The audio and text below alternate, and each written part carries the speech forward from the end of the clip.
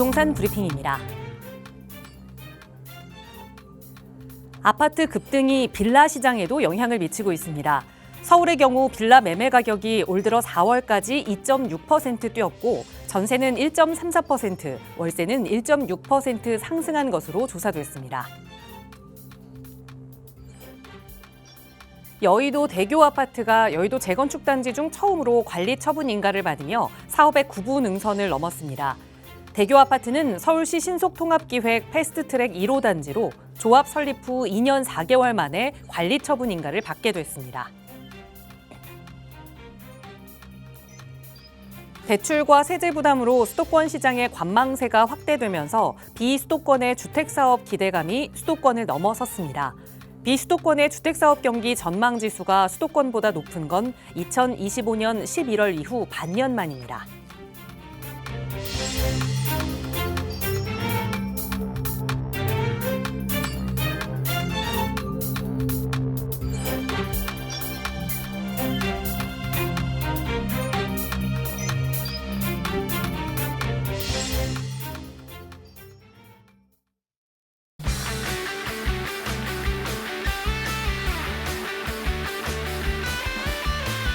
여러분 안녕하십니까? 부동산 고민 무엇이든 물어보세요. 진행의 김진주입니다.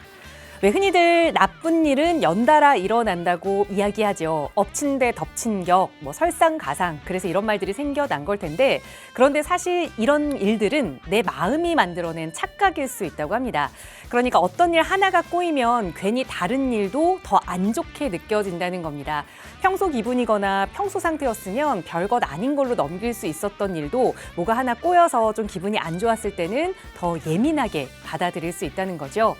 자, 여러분의 부동산 투자도 조금 꼬인 것 같으신가요? 그래서 뭔가 다른 일도 더 안 풀리는 것 같고 기분도 더 다운되는 것 같으시다면 오늘 그 꼬인 투자와 관련된 해결책을 저희와 함께 이야기 나눠보시기 바랍니다. 나가고 있는 무료 상담 전화 02-2638-3974번 그리고 유료 100원의 상담 문자 샵 3989번 활짝 열어두고 여러분과 고민 이야기 함께 나눌게요.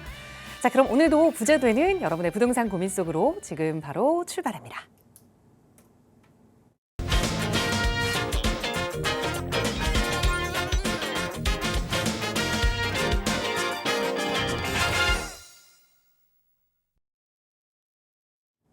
네, 꽤 많은 비가 내리는 수요일입니다. 자, 여러분의 고민도 이렇게 내리는 비처럼 시원하게 해결해 드릴게요. 함께해 주신 전문가 소개해 드리겠습니다. 주식회사 드림부동산투자연구소 정창래 대표 나오셨어요. 대표님 어서 오세요. 네, 안녕하십니까. 자, 최근에 이제 주택 시장을 한번 살펴보면요. 5월 9일 이후에 우리 시청자 여러분들은 이제 방송을 또 오랫동안 이제 보셨던 분들은 다 예상을 하셨듯이 매물 잠김 현상이 상당히 좀 심해졌습니다. 그래서 서울의 전체적인 아파트 매물 건수도 상당히 많이 감소를 했고요. 전체 평균적으로 보면 약 한 7.9% 정도 좀 많이 감소를 지금 했습니다. 자, 거기에다가 보통 우리가 이제 이 5월 9일 이후에는 이제 다주택자들이 이제 버티기에 들어가면서 시장에 전월세 매물들이 좀 나오면서 좀 임대 시장에 좀 숨통을 트일 거라 이렇게도 좀 말씀을 하셨던 분들이 많이 있었거든요.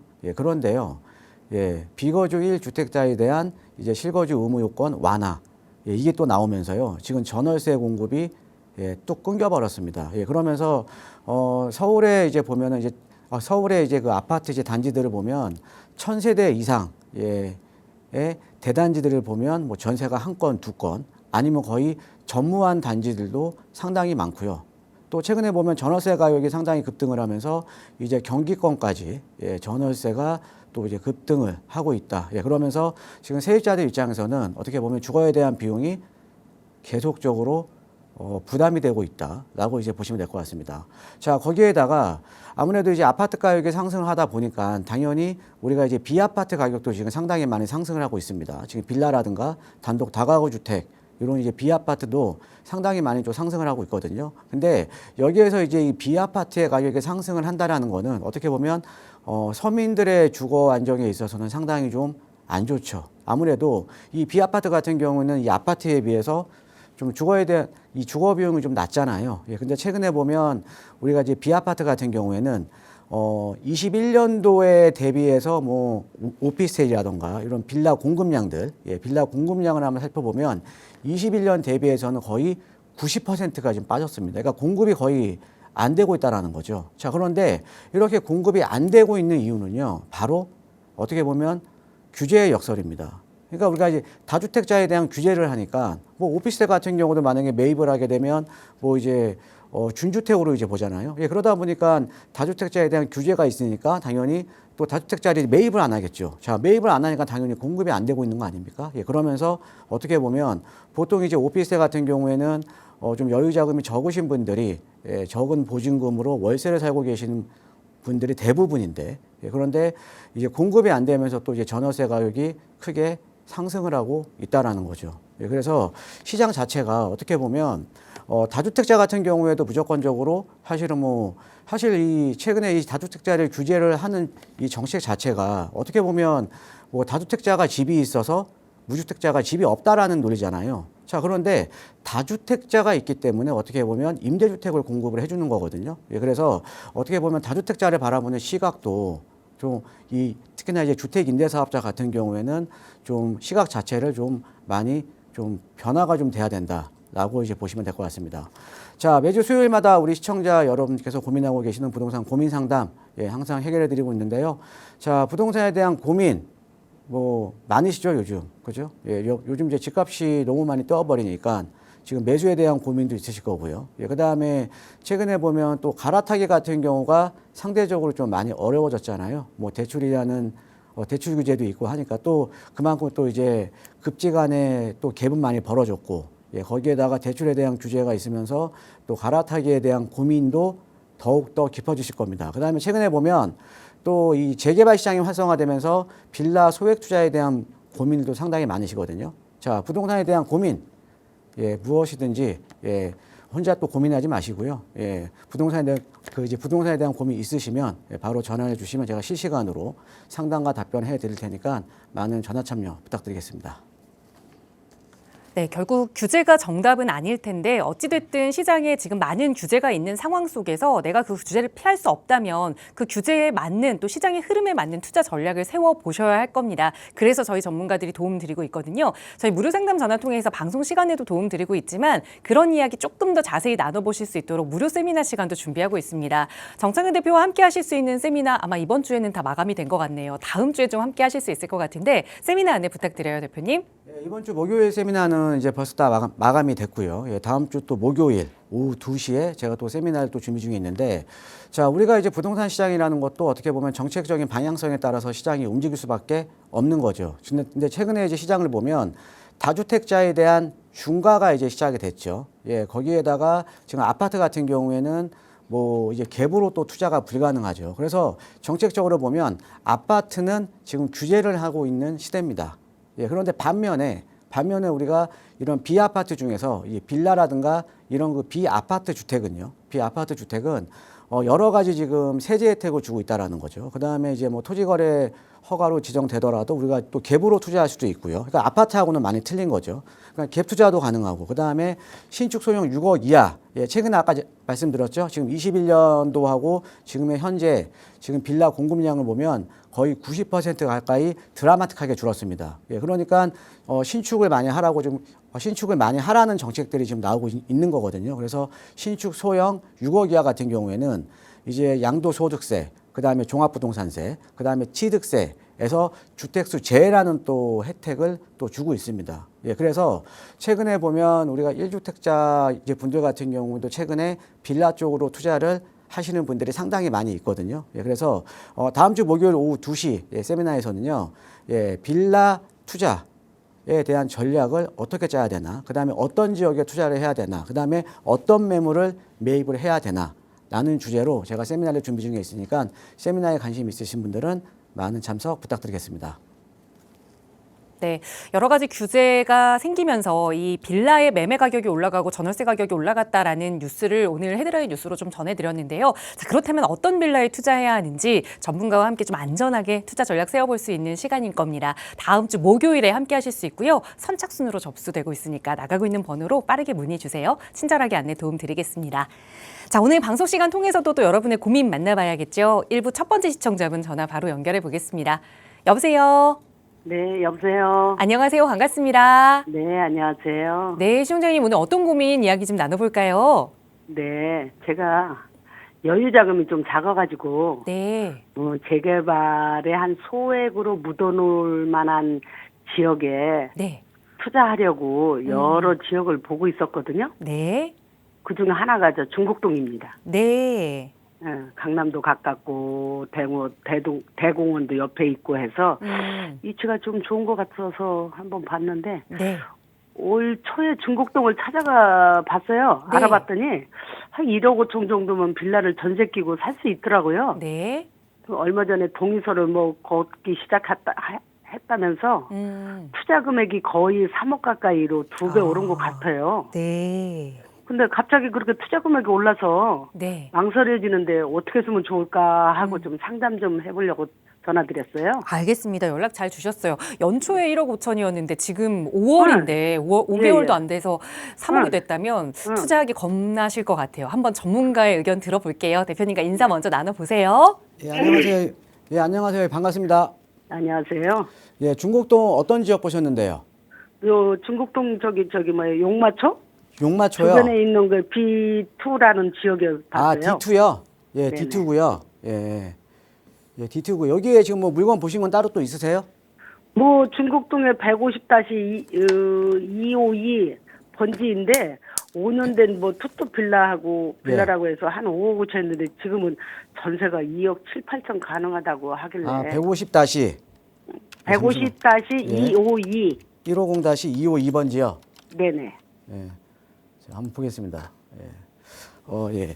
자, 지금 여기 이쪽 지금 이제 용마초등학교 이제 뒤편 쪽이네요. 그죠? 예. 네네. 용마초등학교 뒤편 쪽인데, 여기 같은 경우가 최근 요 지역이요. 예. 저도 네네. 이제 제가 작년부터 제가 이제 광진구 쪽을 좀 많이 좀 설명을 해드렸을 거예요. 예. 그런데 지금 광진구 자체가 입지가 상당히 좋거든요. 그러니까 여기 보시면 뭐 더블 역세권 가까이 있고요. 그죠? 예. 더블 역세권이고, 그 다음에 7호선, 5호선 더블 역세권이고, 7호선 같은 경우는 이제 강남 접근성이 상대적으로 아주 좋죠. 그죠? 예. 그 다음에 이제 이 중곡동이라든가 요 일대 같은 경우에는 또 지형적으로 거의 다 평지예요. 보통 우리가 재개발 지역 하면 서울 같은 경우도 보통 이제 구릉 지역이 상당히 많이 있거든요. 근데 광진구는 그냥 평지입니다. 평지. 예, 평지에다가 자, 거기다가 앞에 이 광진구 항복판에 이제 대공원이 또 인접을 해 있죠. 그죠? 네네. 맞아요. 예, 그래서 뭐 지형적인 뭐 장점은 상당히 많은 지역이죠. 예, 많은 지역인데 제가 이제 작년부터 제가 이제 광진구 일대를 뭐 방송에서도 뭐 이렇게 좀 많이 여러 번 제가 언급을 해드렸거든요. 자, 근데 제가 항상 말씀드렸던 게 어떤 내용이냐면 우리가 보통 이제 재개발에 투자를 할 때, 그죠? 네네. 예, 재개발을 투자를 할 때 우리가 초기에 선점을 해야 되는 이유를 제가 많이 설명을 드렸습니다. 초기에 선점을 해야 되는 이유는 우리가 재개발 같은 경우에는 어느 지역이 동의서를 걷기 시작하면 개발에 대한 기대감이 높아지잖아요. 그죠? 맞아요. 예, 그러니까 개발 기대감이 높아지면서 가격이 확 올라버려요. 예, 그러니까 지금 여기 이제 지금 보신 지역이 여기가 이제 D2라는 지역인데 여기가 올 초까지만 하더라도 동의서 진구를 안 하고 있었거든요. 예. 그런데 최근에 이제 연번 부여가 되면서 최근에 동의서 진구가 들어가게 되니까 가격이 그냥 배로 올랐어요. 순식간에 지금 2배 이상이 돼버린 거 아닙니까? 네. 그죠? 그래서 항상 제가 강조를 해드리는 게 첫 번째가 조금 더 빠르게 초기에 선점을 해야 된다라는 얘기를 제가 많이 해드리거든요. 예. 자, 그러면 여기 같은 경우는 일단은 지금 소액 투자가 약간 불가능하잖아요. 그죠? 예. 자, 그러면 자, 이렇게 볼게요.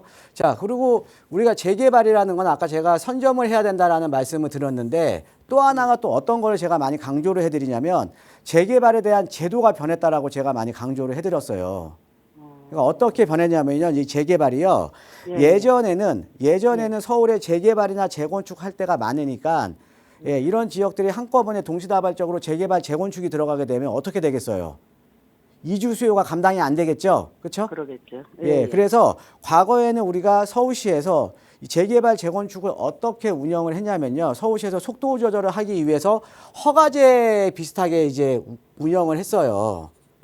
그런데 21년도를 기점으로 해서 2021년도를 기점으로 해서 이 제도가 어떻게 변했냐면 자 요즘에는 재개발 들어가게 되면 지금 요 지역도 지금 주민들이 우리 개발해 주세요 지금 동의서 걷고 있으니까 가격이 오르죠 그렇죠? 네, 맞아요. 예, 그러니까 과거에는 허가제였지만 지금은 어떻게 바뀌었냐 아마 이 주민 제한 방식이라는 거를 많이 들어보셨을 거예요.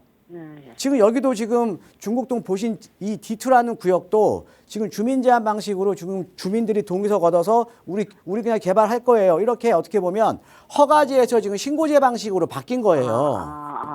예, 이해되십니까? 예. 예, 그런데 예, 그러니까 지금은 이제 신고제 방식의 주민 제한 방식이기 때문에 우리가 어떤 지역이 있다 그러면 지금 요 지역이 지금 일단 가격이 먼저 올랐잖아요. 그죠? 예. 자, 그런데 만약에 이 지역보다 더 좋은 입지가 아직은 동의서를 안 걷고 있다 그러면 아직은 가격에 반영이 안 됐을 거 아닙니까? 그죠? 맞아요. 그런데 입지가 만약에 더 좋은 지역이라면 그 지역은 만약에 우리 지금 아까 시청자님이 처음 보셨던 1억 5천 정도의 얘보다 더 좋은 입지가 아직 남아 있다 그러면 예. 거기다가 그럼 투자하셔야 가야죠. 되는 거 아니에요? 그럼 당연히 가야죠. 그렇죠? 예, 그러니까 지금 D2라는 지역이 주민들이 이제 동의서 진구가 시작이 되면서 단기간에 개발 기대감으로 인해서 지금 가격이 2배 이상 오른 거예요. 그럼 그러니까 우리가 투자자 입장에서 해야 되는 건 어떤 거냐면 지금 단기간에 동의서 거두면서 기대감 때문에 가격이 오른 지역보다 얘보다 우리는 더 좋은 입지에 아직 가격 반영이 안 돼 있는 지역을 찾으면 되잖아요. 그렇죠? 네, 맞아요. 곧 될 지역. 거기가 어디냐면 자, 예. 사실은 여기 지금 D2라는 지역이 지하철은 좀 먼 지역이에요. 그죠? 자, 그런데 여기 아차산역 앞에 요 지역 있죠. 제가 지금 표시해 드린 지역. 예, 요 지역도 평지예요. 얘는 아예 아차산 역세권이에요. 예, 여기랑 딱 붙어 있습니다. 그죠? 자, 그다음에 여기는 또 대공원하고 딱 붙어 있잖아요. 그죠? 그죠? 그러니까 똑같은 평지인데 얘는 이쪽은 더 역세권에다가 그죠? 역세권에다가 대공원과 인접해 대공원과 딱 붙어 있기 때문에 나중에 개발되면 또 대공원 조망이 가능하겠죠. 그죠? 네, 맞아요. 자, 그다음에 역세권에 대공원 조망이 가능하고 그다음 똑같은 평지에 그런데 지금 우리 시청자님께서 보셨던 D2라는 지역이 주민들이 동의서를 먼저 걷기 시작한 거니까 여기가 먼저 가격 반영이 된 것뿐이지 입지는 여기가 훨씬 좋잖아요. 그죠? 예, 맞아요. 예, 이해되시죠? 예, 뭔 소리 자, 알겠어요. 그리고 이쪽은 아차산 역세권 지역은 여기는 그러니까 이쪽은 지금 이제 신통으로 가지만 여기는 역세권에 붙어 있기 때문에 신속통합기획 그다음에 뭐 역세권 개발, 예, 그다음에 최근에 이제 투자자들이 관심 많이 갖고 계시는 민복 개발, 모든 개발 사업이 가능한 지역이 이쪽이거든요. 그죠? 자, 입지도 훨씬 좋아. 대공원 조망도 나와. 그다음에 여기보다는 지금 반가격에 여기가 지금 1억 중후반 정도면은 지금 물건을 살 수가 있어요. 이해되시죠? 예, 그러니까 우리 시청자님께서 올 초에 여기를 봤을 때는 그 당시에는 동의서 진구가 시작이 안 됐었어요. 그러니까 개발 기대감이 낮았다가 연번 부여 받고 그다음에 동의서 진구가 시작이 되니까 어때요? 가격이 오른 거를 지금 눈으로 확인하셨잖아요. 그죠? 예. 그런데 지금 얘보다 더 좋은 입지가 지금 아직은 남아 있잖아요. 그죠? 예, 이해되시죠? 네네. 자, 그다음에 제가 전체적으로 이 중곡동 일대를 한번 그려드리면 지금 자, 우리가 투자라는 건 어떤 거냐면 투자라는 거는 달리는 말에 올라타야 되는 거예요. 잘 나가는 지역에. 그죠? 자, 이런 말씀 드릴게요. 최근에 주식시장이 장이 좋았죠. 그렇죠? 예, 그런데 모든 주식이 오른 건 아니잖아요. 그죠? 그렇죠. 반도체라든가 특정 섹터의 주식들이 많이 오른 거 아닙니까? 그렇죠? 네네. 부동산도 마찬가지예요. 부동산도 달리는 지역이 따로 있어요. 최근에 요 중곡동 일대가요. 최근에 1년 사이에 많이 오른 데는 4, 5억씩 오른 데가 많습니다. 예, 제가 표시를 해드릴게요. 자, 여기 지금 구이동 일부 지역, 여기 또 신통으로 동서 진구하면서 지금 1년 사이에 4억 올랐습니다. 그 다음에 여기 아차산역 왼쪽도 최근에 여기 공공재개발 들어가면서 최근에 3, 4억씩 올랐고요. 그 다음에 중곡 일동 쪽, 여기 신속통합기에 선정되고 여기 정비기획가 나오면서 여기도 한 5억 가까이 올랐어요. 그 다음에 여기 요 위에 지역, A5라는 지역, A4라는 지역인데 이 지역도 최근에 2, 3억씩 올랐습니다. 그 다음에 아래쪽 A6도 지금 최근에 2, 3억씩 올랐고요. 그 다음에 지금 우리 시청자님께서 보고 계신 요 지역도 지금 단기간에 지금 2배가 뛰었잖아요. 그죠? 이해되시죠? 네, 맞아요. 예, 맞아요. 자, 그러니까 광진구가 어떤 의미냐면 본격적으로 예전에 자양동이 21년도, 22년도, 23년도 이 약 한 만으로 2년 사이에 가격이 상당히 많이 올랐거든요. 근데 요 광진구의 중곡동 일대가 지금 그런 시기예요. 여러 지역들이 동시다발적으로 신통이라던가 이런 얘기가 나오면서 지금 투자자들이 많이 관심을 갖고 있는 지역이고 투자자들이 지금 많이 들어오는 지역이거든요. 그죠? 그러니까 최근에 보면 1년 사이에 여기 지금 4, 5억씩 오른 데가 수두룩한 거예요. 그러면 우리는 아까 제가 설명드렸듯이 기존에 이렇게 지정된 지역보다 아니면 얘기가 나왔던 지역보다 더 좋은 입지에 여기 아차산 아차산역 역세권에 내가 선점을 한다면 우리가 입지가 좋기 때문에 나중에 조금 한 6개월, 1년 늦더라도 가격 상승 여력은 훨씬 더 크겠죠. 그렇죠? 맞아요. 그래서 맞아요. 제가 추천해드린 지역은 어디냐면 아차산 역세권으로 해서 위쪽에 중곡동이라는 지역이 있어요.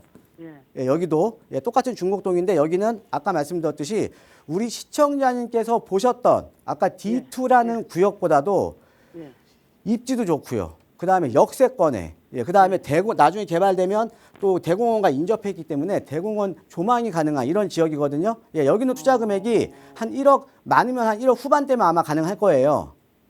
그러니까 이쪽으로 아마 좀 매입을 검토를 하시는 게 좋을 것 같아요. 아이고, 감사합니다. 이쪽으로 꼭 보세요. 네네, 감사합니다. 아이고. 네, 재개발 투자 왜 선점 투자를 해야 하는지, 가격이 오르기 전에 왜 먼저 좀 들어가 있어야 하는지 그 지역적인 분석을 해드리면서 전해드렸는데요. 새로 다시 한번 중곡동 임장 가보시고 결정하시기 전에 꼭 점검 받아보세요. 자, 여러분께서도 전문가의 도움 필요하시다면 나가고 있는 무료 상담 전화 02-2638-3974번 이용하실 수 있고요. 계속해서 다음 전화 연결해 보겠습니다. 여보세요. 네, 여보세요. 안녕하세요. 반갑습니다. 네, 반갑습니다. 네, 시청자님 오늘 어떤 부동산 고민 네. 이야기 나눠볼까요? 제가 이제 2000년도에 논현동의 그 신동아 아파트 31평을 네. 15억에 매수를 했거든요. 네. 근데 거기가 이제 뭐 역세권이고 그리고 편의시설도 많고 그래갖고 살기는 참 좋아요. 네. 이제 살기는 좋은데 아이들 키우기에는 별로 이렇게 썩 마음에 안 드는 것 같아서 네. 제가 이제 다른 곳을 한번 옮겨보려고 이제 다니다가 그 올림픽 아파트 있죠. 올림픽 선수촌. 네. 거기를 이제 보게 됐거든요. 네. 근데 거기를 이제 지금 사는 그 신동 아파트를 매입을 하면, 매수를 하면 4, 5억 정도는 받을 수 있을 것 같아서 네. 한 여유자금 5억 있는 거 한 보태서 그쪽 선수촌 아파트를 31평을 그쪽으로 이사를 가면 어떨까 하고 알겠습니다. 연락 잘 주셨어요. 그러니까 노년 신동아 아파트 거주 중이신데 좀 아이들의 좀 평온한 삶을 위해서 우리 아이들 키우기 조금 더 좋은 곳으로 가고 싶다라는 마음에 보신 곳이 올림픽 선수 기자촌 아파트 말씀하시는 거죠? 자, 5억 정도 여유자금 보태서 지금 옮겨봐도 괜찮을지 대표님께 여쭤볼게요. 인사 나눠보세요. 안녕하세요. 반갑습니다, 시청자님. 안녕하세요. 반갑습니다. 지금 이제 신동 아파트 지금 갖고 계신다고요? 네. 신동 아파트 위치가 상당히 좋죠. 여기 바로 거기 여기 지금 이제 신사역 지금 더블 역세권에 바로 인접해 있고요. 그 다음에 또 강남이라는 입지, 그죠? 그래서 강남권 같은 경우는 또 일자리도 상당히 많은 지역이잖아요, 그렇죠? 그 다음에 이제 위쪽으로 보면 이제 신사동에 이제 가로수길. 그래서 여기 같은 경우에는 뭐 사실 뭐 지하철 접근성도 대중교통 접근성도 상당히 좋고, 그 다음에 또 가장 중요한 게 또 강남에 또 입지를 해 있잖아요, 그렇죠? 강남에 입지를 해 있기 때문에 강남이라는 지역은 사실 일자리가 상당히 많은 지역 아닙니까? 그렇죠? 네, 그렇죠. 그리고 이제 또 주변에 이제 또 가로수길이 인근에 있고, 여기는 인근에 또 이제 그래서 생활 편의시설들, 그러니까 생활 편의시설들이 잘 갖춰져 있고, 그 다음에 여기 직주 근접이 상당히 좋은 지역이에요. 그죠? 그런데 사실은요, 자, 이렇게 보시면 돼요. 자, 입지는 상당히 좋습니다. 입지는. 예, 예. 입지는 상당히 좋은데요. 자, 네. 우리가 주택 가격이라는 거는 우리가 네. 주택 가격을 결정하는 요인들이 여러 가지가 있어요. 네. 그걸 한번 제가 한번 설명을 해드릴게요. 네. 첫 번째가 아까 제가 말씀드렸던 자, 우리가 주택에 대한 수요가 많은 지역이 어떻게 보면 주택 가격이 많이 오르겠죠. 그죠? 네, 그렇죠. 예. 예, 그게 바로 이제 직주 근접성이에요. 지금 네. 뭐냐? 주택에 대한 수요가 많은 지역이 어디냐? 일자리와의 접근성이 좋은 지역이죠. 그죠? 예, 그렇죠. 예, 그래서 우리가 보통 이제 서울 같은 경우 3도심, 이제 중구하고 종로, 그다음에 강남, 여의도 일대 네. 이렇게 3도심과의 접근성이 좋을수록 그만큼 주택 가격이 높게 형성이 돼 있어요. 그다음에 네, 네. 3도심과 멀어질수록 우리가 주택 가격이 좀 낮죠. 그래서 우리가 서울의 외곽 지역들 예, 네. 예를 들면 뭐 노도광이라고 하는 지역들은 도심과의 접근성이 떨어지니까 그만큼 주택 가격이 낮은 거 아닙니까? 그죠? 예, 그래서 가장 중요한 게 직주 근접성인데요. 그런데 중요한 게 아까 우리 신동 아파트 같은 경우는 직주 근접성이 너무 좋아요. 그죠? 네, 네. 너무 좋은데 우리가 단순하게 직주 근접만 놓고는 주택 가격을 설명을 할 수가 없어요. 예, 네. 뭐냐? 우리가 이제 직주 근접도 중요하지만 두 번째로 보면 인문적인 환경도 상당히 중요하거든요. 네. 그러니까 인문적인 환경이라는 게 뭐냐? 인문적인 환경이라는 게 예를 들어 대표적으로 학군이죠, 학군. 그죠? 예, 예. 학군이라던가 주변의 학원과의 유무 이런 것들이 네. 이제 대표적으로 이제 인문적인 환경이라고 하거든요. 네. 자, 네. 그런데 신동 아파트 도심 접근성도 좋고 지하철 접근성도 좋은데 주변에 딱 나와서 보면 사실 애들 키우기에는 네. 그렇게 좋지 않은 동네, 그렇게 뭐 좋은 동네는 아니죠. 그죠? 네, 네. 왜냐하면 나오면은 이제 사실 뭐 이렇게 유흥업소도 많고, 그죠? 예, 예. 예, 그러니까 이게 어떻게 보면 애들 키우기엔 적당하지 않은. 그러니까 즉 뭐냐, 직주 근접은 좋은데 인문적인 네. 환경은 그렇게 좋은 지역이 아닙니다. 예, 그렇죠. 예, 그다음에 예. 세 번째로 보면 우리가 또 주거에 대한 쾌적성도 상당히 중요하거든요. 네, 네. 예, 인근에 공원이 있다라든가, 예, 네. 그죠? 인근에 공원이 있다거나 아니면 한강변이라든가 이렇게 네. 주거 쾌적성이 받쳐주는 지역이면 더 가격이 높게 형성이 되겠죠, 그렇죠? 예, 그래요. 그래서 예, 우리가 예. 보통 학군도 좋고, 그죠? 네. 학원가도 잘 형성돼 있고, 근데 거기가 한강변이야. 예, 네. 이런 지역은 가격이 상당히 높잖아요, 그죠? 예, 예. 그래요. 예, 대표적인 데가 반포 아닙니까? 네, 네. 그죠? 예. 자, 그래서 우리가 주택 가격을 결정하는 요인들이 네. 여러 요인들이 있지만 제가 볼 때는 가장 중요한 게 직주 근접, 그다음에 인문적인 환경, 그다음에 주거 네. 쾌적성이 가장 중요하거든요. 예. 예, 자, 예. 그런데 지금 그럼 이제 신동 아파트는 일단 결론부터 내리면 무조건 매도하고 지금 올림픽 선수촌으로 갈아타기를 하셔야 돼요. 네. 예, 왜 그러냐면 자, 네. 올림픽 선수촌 같은 경우에는 자, 보세요. 예. 네. 자, 여기 옆에 지금 예전에 그 둔촌주공에 재건축한 올림픽 파크 프레온이 있고 요 올림픽 네. 선수촌은요. 예, 지금 자, 앞에 바로 올림픽 공원을 끼고 있네요. 예, 그래요. 네. 예, 공원 끼고 있고요. 그다음에 올림픽 네. 선수촌 내에요. 선수촌 네, 내 네. 여기가 한 5,500세 정도 되거든요. 예. 근데 이 올림픽 선수촌 내 단지 내에 초등학교 네. 2개, 중학교 네. 2개, 고등학교 2개. 예. 서울에 이런 단지 없어요. 예. 예, 그러니까 네, 맞아요. 자, 우리가 네. 그러니까 직주 근접은 사실은 아까 그 신동 아파트가 좀 낮긴 하죠. 그죠? 네, 예, 그런데 중요한 거는 인문적인 환경이라던가 주거 쾌적성은 올림픽 선수촌이 압도를 한다라는 거죠. 그죠? 예, 그렇죠. 예. 예, 그다음에 여기는 5,500세대. 그러니까 네. 어떻게 보면은 규모의 경제가 있는 단지잖아요. 그죠? 네, 네. 나중에 또 여기 같은 경우는 지금 재건축 추진하고 있는 거 아시죠? 예, 예, 알죠. 예. 예, 재건축을 추진하고 있는데 특히나 네. 올림픽 선수촌 같은 경우는 재건축에 대한 사업성이 상당히 좋은 지역입니다. 예. 그러니까 아까 지금 34평으로 지금 갈아타기를 하신다 그랬잖아요. 그죠? 네, 네. 34평이요. 대지 지분이 약 21평이나 있어요. 예. 예, 그러니까 우리가 평형 대비 대지 지분이 높다라는 거는 상대적으로 사업성이 상당히 좋은 거잖아요. 예, 그죠? 좋잖아요. 그러니까 예. 내가 갖고 있는 대지 지분이 많을수록 나중에 네. 내가 평가받는 금액이 커지기 때문에 예, 상대적으로 예, 예. 아파트를 나중에 재건축이 되더라도 아파트에 대한 추가 분담금, 그러니까 새 아파트를 받는 추가 분담금이 낮아지는 구조잖아요. 그죠? 예, 예, 예, 여기가 용적률이 지금 현 용적률이 지금 네. 올림픽 선수촌 같은 용적률이 138%밖에 안 돼요. 예. 그러니까 용적률이 거의 그러니까 지금 딱 보기에는 지금 올림픽 선수촌 같은 경우가 중층 아파트로 돼 있잖아요. 그죠? 네. 예, 네. 그래서 용적률이 좀 이렇게 높아 보이는데 실질적으로 용적률 보면 여기는 저층 재건축이랑 비슷해요. 용적률이 130%대밖에 안 됩니다. 예. 예, 그러니까 재건축에 대한 사업성도 우수하고 그다음에 지금 살고 계시는 지금 신동아 아파트에 비해서 직주 근접은 다소 떨어지지만 인문적인 환경이라든가 주거 쾌적성은 네. 상당히 지금 뛰어난 네, 지역이잖아요. 그렇죠. 그죠? 예. 예. 자, 거기에다가 여기에 단점은 여기에 또 하나의 장점은 뭐냐면요. 자, 네. 이렇게 보시면 돼요. 아까 얘네가 지금 5,500세대다 그랬잖아요. 그죠? 네, 네. 여기 앞으로 이제 재건축이 이루어지면요. 거의 만 세대 들어오거든요. 네. 예. 그러니까 서울 도심권에서 마지막 남은 그러니까 네. 지금 남아 있는 재건축 단지 중에 가장 큰 규모예요. 예. 예, 가장 그러니까 그렇겠네요. 규모의 예. 경제가 상당히 크다라는 거죠. 우리가 재건축이나 재개발도 규모의 경제가 큰 지역들이 시세 차익이 크거든요. 예. 예, 근데 나중에 재건축되면 거의 만 세대 가까이 되니까, 그죠? 네. 예, 그만큼 규모의 경제, 그러니까 재건축에 대한 사업성도 좋은 지역에 규모의 경제도 있는 지역이에요, 그죠? 예. 예, 그러니까 제가 볼 때 이거는요, 사실 신동 아파트 무조건 매도하시고요. 네. 여기 선주촌으로 빨리 들어오시는 게 투자 가치 면에서는 훨씬 더 나은 선택입니다. 예. 예, 감사합니다. 네, 감사합니다. 네. 네, 무조건 매도 후 빠르게 당장 갈아타기 하자라는 조언 드렸으니까 우선 매도 잘 되고 또 좋은 내 집 마련하시길 기원하겠습니다. 나가고 있는 무료 상담 전화 02-2638-3974번 그리고 유료 100원의 상담 문자 샵 3989번 늘 열어두고 있으니까요. 대표님의 상담 필요하시다면 지금 바로 연락 주세요.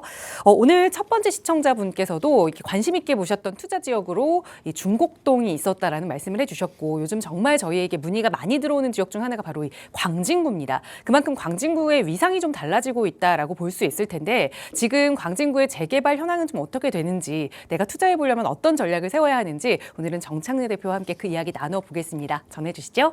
예, 광진구 같은 경우가요. 지금 최근에 가격 상승률이 상당히 어떻게 보면 이제 재개발, 뭐 신통이라든가 모아 역세권 이런 재개발 사업지 중에서는요. 가격 상승률이 서울 시내 25개 자치구에서 1등인 지역입니다. 예, 그만큼 최근에 광진구가 지금 재개발 투자 지역으로는 최근에 지금 상당히 지금 곽강을 받고 있는 지역이거든요. 예, 그래서 오늘은 광진구가 최근에 이렇게 투자자들의 관심을 갖는 이유를 한번 제가 설명을 좀 드려보도록 하겠습니다. 예, 그래서 광진구 재개발 투자 가치에 대한 분석인데 서울 강북의 마지막 저평가되어 있는 한강변 벨트인 광진구가 최근에 왜 이렇게 투자자들의 관심도가 높아졌는지 한번 알아보도록 하겠습니다. 자, 먼저 우리가 강북의 한강변 벨트라고 하면요. 강북의 한강변 벨트라고 하면 여러분 다 아시다시피 마용성강, 그죠? 마포, 용산, 성동, 광진구잖아요. 그죠? 예. 자, 그런 이 마용성강 중에 우리가 이제 마포라는 지역 같은 경우나 용산이라는 지역 같은 경우나 이 성동구라는 지역은요. 어떻게 보면 재개발이 일찍부터 시작이 됐습니다. 자, 어떤 얘기냐? 자, 우리가 어떤 지역에 재개발이나 재건축 이슈가 있으면 투자자들이 유입이 되면서 가격이 오르겠죠. 예, 그렇죠. 예, 그래서 그 시장은 재개발이 시작이 되면서 투자자 시장으로 바뀌어버리는 겁니다. 그러면서 개발 기대감에 의한 가격 상승이 일어나거든요. 자, 그런데 우리가 마포 같은 경우에는 1990년도 후반부터 2000년도 초반부터 재개발이 시작이 됐고요. 예, 그 다음에 우리가 그 중에 이제 아이언뉴타운 같은 경우는 벌써 입주가 거의 다 끝났습니다. 예, 그러니까 벌써 새 아파트로 다 변했기 때문에 사실은 지금 소액으로 투자가 불가능하다는 거죠. 자, 그 다음에 용산 같은 경우도 2000년대 중반부터 한남뉴타운이 이제 본격적으로 개발이 시작이 되면서 지금 한남뉴타운 3구역 같은 경우가 지금 이제 이주가 거의 막바지에 있거든요. 예, 그러니까 또 용산구 같은 경우는 워낙 전국구 시장이기 때문에 투자자들의 관심도가 높았던 시장이죠. 예, 그러니까 이 용산 자체도 2000년도 중반부터 재개발이 시작되면서 특히나 뭐 한남뉴타운이라던가 이런 지역들은 지금 소액으로 투자가 불가능한 시기입니다. 그죠? 예. 자, 그 다음에 우리가 성동구를 보면요. 성동구에 특히나 금호옥수동 같은 데는 서울 도심권의 재개발 중에 재개발 1세대예요. 1세대. 예, 1세대이기 때문에 그 중에 이제 우리가 1990년대부터 그러니까 지금 마포 용산보다 지금 성동구가 가장 빨리 재개발이 시작이 됐다라는 거죠. 그러면서 성동구 같은 경우는 일부 우리가 90년대 재개발된 지역이 벌써 그 아파트가 지금 재건축이 들어가고 있는 단지들도 있습니다. 지금 뭐냐? 성동구 같은 경우는 재개발 1세대에 그 다음에 이제 금호옥수동이 대표적이었는데 최근에 이제 성수 전략정비구역, 성수 전략정비구역은 한남뉴타운과 더불어서 서울에서 재개발 대장주들이죠, 그죠? 예, 그러니까 소액으로 투자가 불가능한 겁니다. 자, 그래서 마포, 용산, 성동은요 소액으로 투자가 불가능하다. 예. 자, 그런데 같은 한강변 벨트인 그런데 입지는 사실은 마포나 이런 지역과 비교해 보면 광진구가 훨씬 더 좋은 입지거든요. 왜? 강남 접근성이 훨씬 더 좋잖아요. 그죠? 예. 근데 광진구 같은 경우에는 마용성하고는 다르게요. 22년도부터 재개발이 본격화됐습니다. 22년도부터. 그러니까 22년도에 자양사동 일부가 신속통합계획으로 선정이 되면서 그때가 재개발이 시초예요. 시초. 예, 그러면 왜 광진구가 22년도에 재개발이 시작이 됐는지, 왜 다른 지역은 20, 30년 전부터 재개발이 시작이 됐는데 왜 광진구만 유독이 최근부터 시작이 됐는지, 즉 최근부터 시작이 됐으니까 지금은 광진구는 재개발 초입 단계잖아요. 그렇죠? 예, 그러니까 상대적으로 다른 지역에 비해서는 소액으로 투자가 가능한 한강변 벨트에서는 마지막 입지라는 거죠. 그러면 왜 광진구가 22년도부터 재개발이 본격적으로 시작이 됐는지를 한번 알려드리겠습니다. 한번 이제 살펴보겠습니다. 자, 2040 광진 플랜을 보시면요. 광진 플랜이라는 건 2040 광진 플랜은 광진구의 10년 단위 계획입니다. 한 1년 반 전에 나왔는데요. 자, 광진구가 조성이 된 거는 과거에 토지구획 정리 사업으로 40여 년 전 양호한 기반시설 같은 국민주택단지를 조성을 했다. 이게 답입니다. 즉 어떤 얘기냐? 자, 다음 장 한번 보시죠. 자, 과거에 우리가 광진구라는 지역은 토지구획 정리 사업으로 개발이 됐기 때문에 이 토지구획 정리 사업을 개발할 때 1970년대 광진구 일대를 저층으로 개발이 됐어요. 저층으로. 그래서 여러분도 광진구에 보시면 그 당시에 택지로 이런 토지구획 정리 사업이나 택지 개발을 했던 대표적인 데가 어떻게 보면 강북에서는 노원구 같은 데거든요. 노원구 같은 경우는 아파트로 개발됐죠. 그렇죠? 그런데 광진구는 그 당시에 저층으로 개발했습니다. 즉 저층 주거지역으로 개발을 했다라는 거죠. 예, 그래서 광진구가 이따가 자료가 나오는데 서울시내 25개 자치구에서 저층 주거지역 비율이 1입니다. 자, 그러면서 예전에 토지구획 정리 사업으로 개발을 하다 보니까 기반시설이 상당히 양호했을 거 아닙니까? 그래서 광진구에 가보시면 대공원 주변에 도로망이 상당히 잘 되어 있어요. 강남처럼. 왜? 과거에 토지구획 정리 사업으로 개발을 했으니까. 그렇죠? 예. 그러다 보니까 우리가 이제 재개발이라는 개념은 뭐냐? 재개발이라는 개념은 기반시설이 열악한 지역에 기반시설 정비 플러스 아파트를 공급을 하는 게 재개발입니다. 그런데 여기는 예전에 토지구획 정리 사업으로 개발을 하다 보니까 아까 보셨듯이 기반시설 상당히 양호했던 지역이니까 상당 기간 재개발에 대한 필요성이 낮았던 지역이죠. 그런데 이게 이 토지구획 정리 사업을 개발을 한 이후에 지금 3, 40년이 흘러버리니까 이제 주택이 노후도가 시작이 되면서 본격적으로 이제 재개발에 대한 필요성이 얘기가 나왔던 게 22년도부터 광진구의 재개발이 본격화되었다. 이렇게 좀 보시면 될 것 같습니다. 자, 그래서 2022년부터 지금 광진구 일대가 어떻게 변했냐? 자양동부터 이제 재개발이 시작이 됐죠. 22년부터 자양 4동의 A구역, 신속통합 한강변 라인이죠. 그래서 22년부터 첫 구역 지정이 되면서 최근에 3, 4년 사이에 무려 15억 이상이 오른 지역입니다. 그죠? 그래서 그 이후에 이제 자양동 일대가 많은 지역이 신속, 모아 이렇게 많은 지역들이 지정이 되면서 자양동 일대가 최근에 급등을 한 지역이죠. 그래서 서울 도심권에서 그다음 신속, 모아라든가 역세권 지역 중에 구역 지정된 지역 중에 가장 가격 상승률이 컸던 지역이 자양동 일대고요. 그 다음에 최근에 보면 자양동이 이제 거의 다 이제 구역적인 마무리가 되다 보니까 개발축이 지금 이동을 하고 있습니다. 어디로? 자양동에서 구이, 군자, 중곡동으로 지금 이동을 하고 있다라는 거죠. 이동을. 그래서 최근에 보면 이쪽에서도 가장 지금 많은 지역들이 지정이 되고 있는 게 구이, 군자, 이 중곡 중에서 중곡동 일대가 가장 지금 지정이 속도가 빠르다는 거죠. 그래서 최근에 투자자가 많이 몰리는 데가 중곡동 일대입니다. 자, 그래서 투자자들의 유입이 가속화되면서, 그 다음에 최근에 중곡동, 구이동 일부 지역이 뭐 구역 지정이 되면서 지금 프리미엄이 현재 급등을 하고 있는 지역이 바로 광진구고요. 그래서 뭐 구이동이나 중곡동 일부 지역 같은 경우는 1년 사이에 뭐 동의석 얻고 최근에 구역 지정 선정되면서 4, 5억씩 오른 지역들이 상당히 많습니다. 상당히 많습니다. 자, 그 다음에 서울의 단독 다가구 주택 비율을 보면요. 서울 시내에 20억의 자치구가 있는데 광진구가 압도적으로 단독 다가구 주택 비율 1등이죠. 그만큼 개발 압력이 상당히 높다라는 거 아닙니까? 또 개발이 시급한 거고요. 우리가 일반적으로 강북 지역의 뭐 중랑구나 강북구 이런 지역의 저층 주거 지역비 높은 것으로 아시는데 서울 시내 20억의 자치구 중에 한강변 벨트인 광진구가 단독 다가구 주택 비율 1등입니다. 49.3%. 그러니까 개발을 빨리 시급하게 해야 되는 지역인 거죠. 이렇게 단독 다가구 주택 비율이 1등이라는 거는 아까 제가 보여드렸죠. 과거의 광진구는 토지 구획 정리 사업으로 저층 주거 지역으로 개발을 했기 때문에 그렇습니다. 그래서 우리가 강진구 같은 경우에는 한강변 일부 지역 빼고는 거의 다 저층이에요. 예, 그러니까 빨리 개발을 해야죠. 그죠? 예. 자, 그 다음에 서울 주요 자치구 중에 이제 광진구가 지금 49.3%라고 제가 말씀드렸고 서울시 평균은 38.1%입니다. 그런데 여기에다가 또 어떤 게 있냐면 일반 상업지역 비율, 일반 상업지역 비율이 서울 시내 25개 자치구 중에 광진구는 24위예요. 예, 그만큼 상업지 비율이 낮은 겁니다. 지금 뭐냐? 대부분이 주거지역에 편중되어 있다는 거죠. 예, 그러니까 빨리 개발이 시급하게 이루어져야 되는 지역이라는 거죠. 그죠? 예, 그 다음에 중곡동 같은 경우에 주차장 확보율이 강진구 평균이 100%인데 중곡 1동 같은 경우는 78.5%. 예, 그 다음에 중곡 2동은 98%. 예, 그러니까 이 주차장 확보율도 상당히 낮은 지역, 그러니까 상당히 어떻게 보면 주거 환경도 열악한 지역이라는 거죠. 예. 자, 또 다음 장을 한번 넘어가 보겠습니다. 자, 그래서 이 광진구의 입지는 자, 강남 접근성이 상당히 좋다. 예, 7호선 이용하면 바로 강남으로 접근이 가능하죠. 예, 세정거장, 내정거장 사이에. 그 다음에 2호선 이용하시면 성동, 광진, 송파 바로 이용 가능하고 또 군자역 같은 데는 또 더블 역세권으로 이루어져 있고요. 자, 그 다음에 가장 중요한 게 우리가 주택 가격을 결정하는 요인 중에 우리가 세 가지 요인이 중요한데 직주 근접성.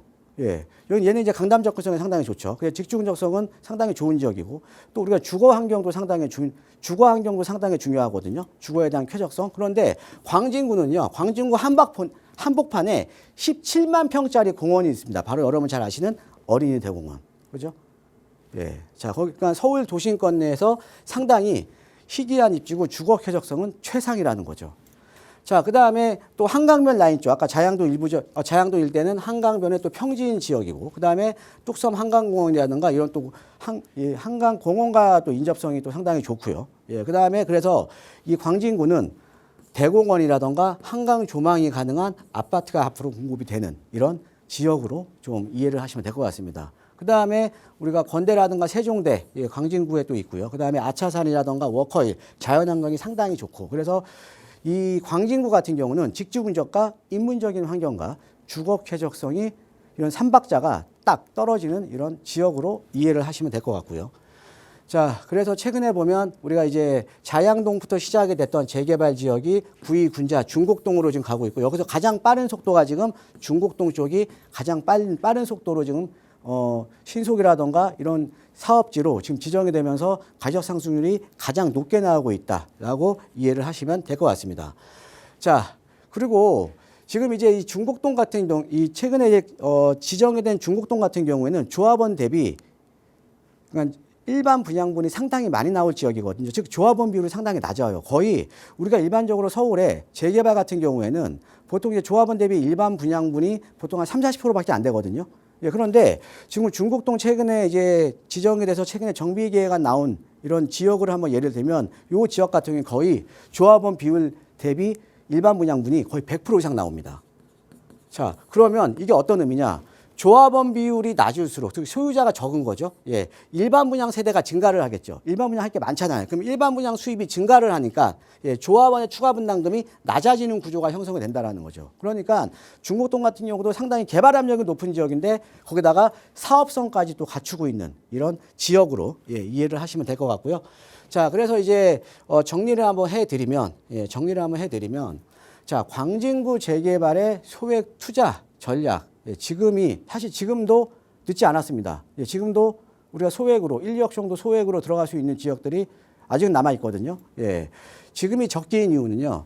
마용성, 그러니까 같은 한강변 벨트인데 마용성은 소액 투자가 불가능해요. 근데 광진구는 아까 제가 설명드렸죠.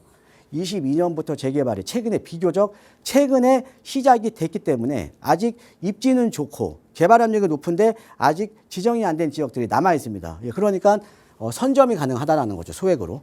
예, 그 다음에 저층 주거지역 비율 49.3% 서울 시내 25개 자치구 중에 1등입니다. 예, 그러니까 개발 압력이 상당히 높은 지역이고 그 다음에 이제 아까 2040 광진 플랜이라는 자료를 제가 잠깐 보여드렸는데 그만큼 광진구청도 개발에 대한 의지가 상당히 높습니다. 왜? 광진구의 전체 지역이 너무 노후됐으니까요. 그죠? 예. 자, 그 다음에 지금 자양동 일대에서 많은 투자자를 아시는 자양동 일대에서 최근에 보면 중곡, 구이동 이쪽으로 지금 개발축이 이동을 하고 있다. 예, 우리 항상 축이 이동을 할 때 조금만 남들보다 다른 투자자보다 조금만 빠르게 선점한다면 상당한 시세 차익을 얻을 수 있는 거 제가 항상 강조해 드리는 부분이죠. 그죠? 예. 자, 그다음에 일부 지역 같은 경우는 조합원 대비 일반 분양이 100% 초과한다. 그래서 그만큼 사업성까지도 갖추고 있는 지역이 강진구라는 지역이다. 그래서 최근에 이런 여러 가지 장점이 있기 때문에 광진구 쪽에 투자자들의 관심도가 상당히 높아지고 또 관심도가 높아지면서 그만큼 투자자들이 유입이 되면서 최근에 1년 사이에 4, 5억씩 오른 지역들이 상당히 많은 지역이 광진구입니다. 그런데 아직은 재개발 초기 단계에 있는 지역이기 때문에 아직은 소액으로 이렇게 접근을 할 수 있는 지역이 있으니까요. 우리 시청자 여러분들도 관심이 있으시면 광진구 쪽도 한번 살펴보시는 것도 좋을 것 같습니다. 예, 이상입니다. 네, 왜 최근에 광진구가 이렇게 떠오르게 됐는지 그 요인들을 좀 분석을 해주셨는데요. 이와 관련된 투자 전략 조금 더 자세하게 세워보고 싶으시다면 무료 상담 전화 이용하시거나 또 다음 주 목요일에 함께할 수 있는 무료 세미나 준비되어 있습니다. 역시 나가고 있는 번호로 문의 주시면 자세하게 안내 도움 드릴 거고요. 자, 시간 얼마 남지 않았지만 또 빠르게 다음 시청자분 고민 만나볼게요. 전화 연결해 보죠. 여보세요. 네, 여보세요. 안녕하세요. 반갑습니다. 네, 안녕하세요. 네, 시청자님 어떤 고민 가지고 계실까요? 네, 저희가 지금 신혼집으로 네. 대출 포함해가지고 이제 7억선 아파트를 보고 있는데, 네. 네, 저희가 서울 가격이 너무 올라가지고 살 수가 없어가지고, 네. 네, 그래서 저희 회사 선배가 구리 쪽을 추천해줘서 보고 있는 아파트가 있는데, 네. 네, 거기가 이제 구리에 있는 수택동 대림 한숲 아파트라고, 네. 거기 한 22평 정도 되는데, 네. 7억 정도 되는데 거기 매수해도 괜찮은지 문의를 연락드렸어요. 네. 직장이 구리랑 좀 가까우세요? 네네. 그래서 이제 구리 수택동의 대림 한숲 아파트 21평형을 7억 선에서 좀 매수해도 될지 대표님께 바로 여쭤볼게요. 인사 나눠보세요. 예, 안녕하세요. 반갑습니다, 시청자님. 네, 안녕하세요, 대표님. 예, 일단 결혼 축하드립니다. 예. 감사합니다. 예. 자, 아까 대리만습 아파트라고 하셨죠? 예, 수택동에. 네네. 예, 지금 이제 장사 호수공이가 8호선 라인이죠. 그죠? 예, 네네. 8호선 라인이고, 이렇게 넘어가면 이제 구리 인창동 쪽으로 넘어가는 거고, 그죠? 예. 네. 그 다음에 이제 8호선에서 이쪽으로는 이제 한강 넘어가면 이제 암사 쪽으로 이제 넘어가는 거고요. 그죠? 예. 네. 자, 그러니까 최근에 이제 주택 보니까 너무 많이 올랐죠?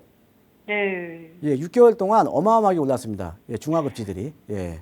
그래서 일단은 제가 이제 설명을 좀 드리면요. 자, 네네. 매수는 하셔도 될 것 같아요.